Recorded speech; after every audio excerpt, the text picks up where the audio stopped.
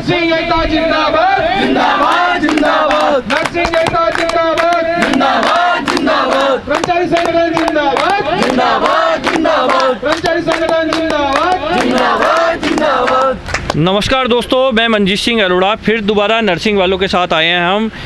इनका धरना आज 35-36 दिन हो गए हैं, इनको धरने पर 44 दिन हो गए हैं भाई साहब, 44 दिन।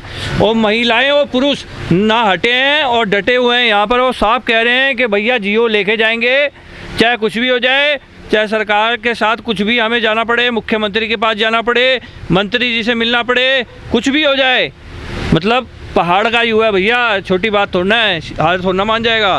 तो भैया जिस प्रकार से आप लोग बैठे हैं यहाँ धरने पर, आपको 44 दिन हो गए, इतनी परेशानियों का सामना जितना का आपको करना पड़ा है, मेरे ख्याल से कोई एक दिन भी एक रात इस ग्राउंड में नहीं काट सकता। आपने 44 जिस हिम्मत से काटे हैं, आपकी हिम्मत है।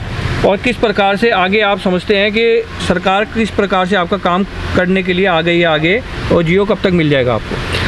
सर्वप्रथम मैं मीडिया कर्मचारी सभी लोगों का आपका तहे दिल से धन्यवाद अदा करता हूं। आप लोग हमारी हर खबर को सरकार तक, शासन प्रशासन तक लगातार पहुंचा रहे हैं।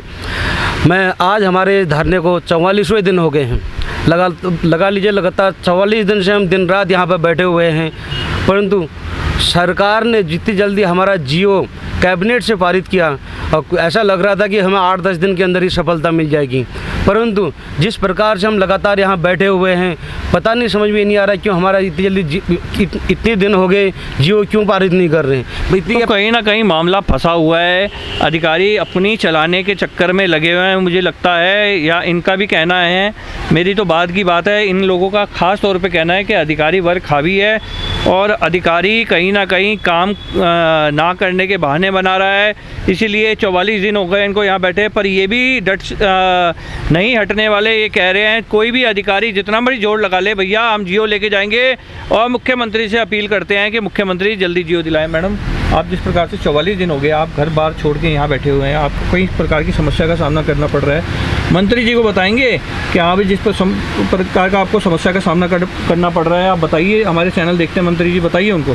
बिल्कुल, पहले मैं आपको थैंक यू बोलूँगी कि आप इतनी अच्छे से हमारी न्यूज़ पहुँचाते हैं।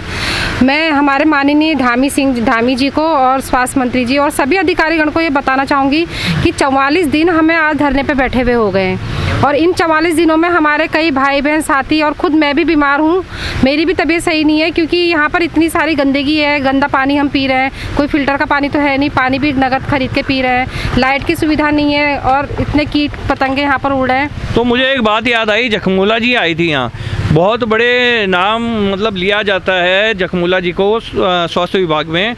जिस प्रकार से नर्सिंग स्टाफ में देखा जाता है कि जखमूला जी बहुत बड़ी अध्यक्ष हैं, उन्होंने आश्वासन दिया परंतु अभी तक कोई कार्रवाई नहीं हो पाई।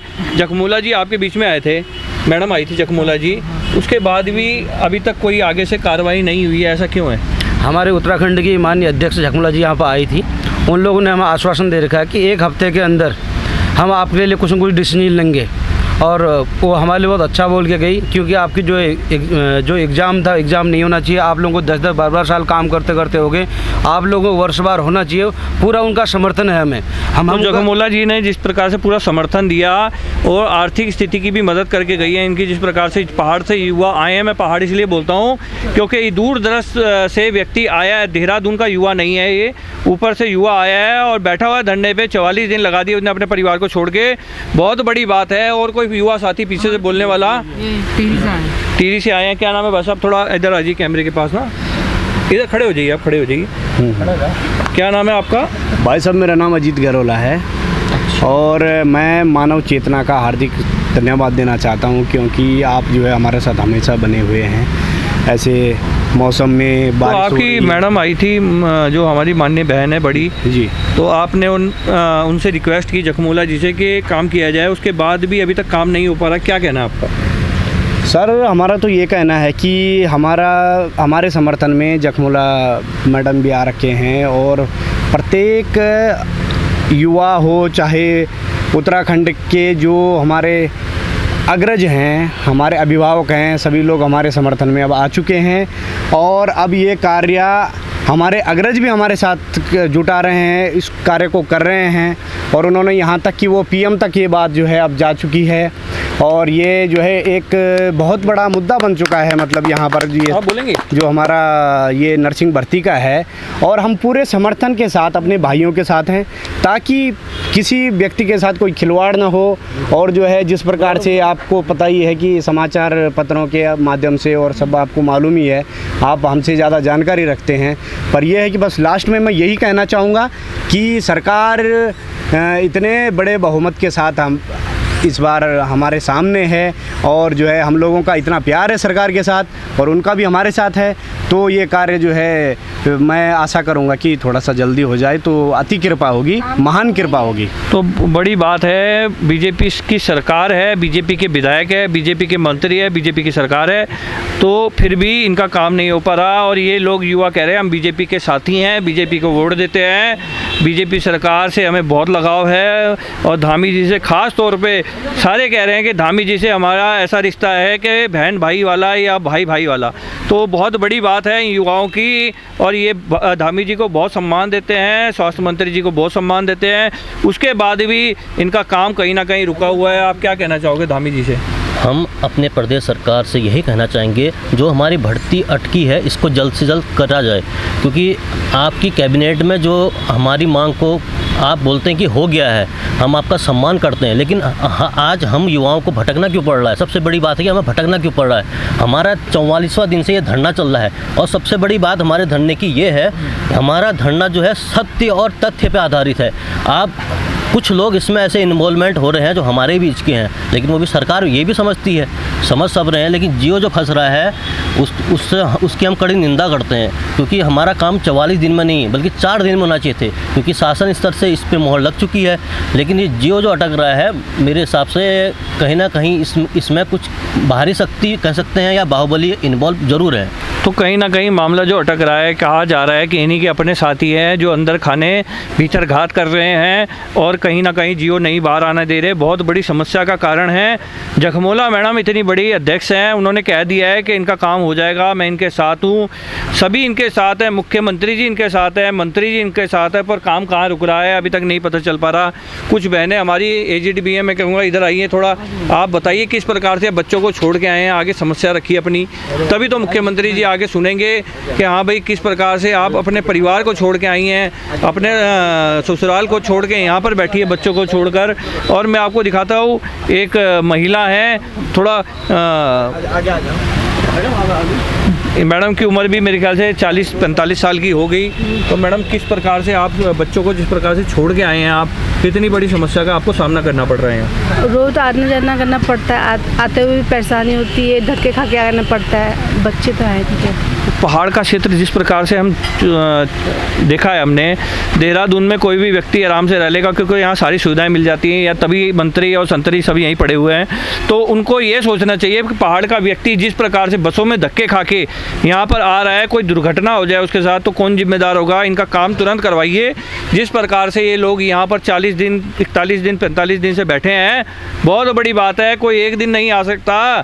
तो आप 40-45 दिन से जब ये युवा बैठे, हमारे चैनल के माध्यम से हम आपको बता रहे हैं कि जिस प्रकार से हम आपको हमेशा बता रहे हैं कि यहाँ पर जो स्थितियाँ बनी हुई है अनुकूल नहीं है।